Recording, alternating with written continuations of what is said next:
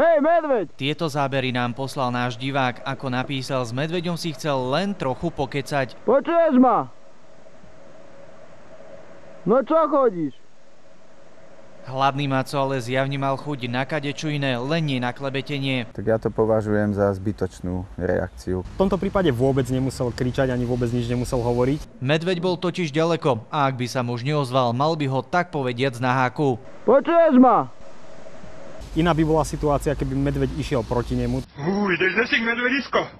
Vtedy je dobre na seba upozorniť hlasom. Ale ideš desík medvedisko. Funguje to 100% podľa mojich skúseností. Ale ideš desík.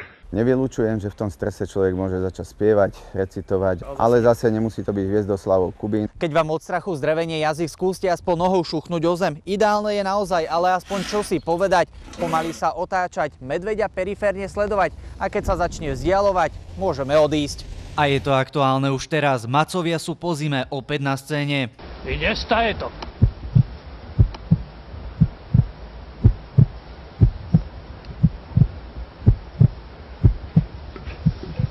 Čo však, keď o seba v úvodzovkách zakopnú v zlomku sekundy a šelma zaútočí? Zostať ležať. Tu je rada Erika, ktorý má na konte 300 stretnutí s medveďmi, potom ich už prestal počítať. Kryť si brucho, krk a nehýbať sa, nebojovať s medveďom. Marek Vnenčák, televízia Markíza.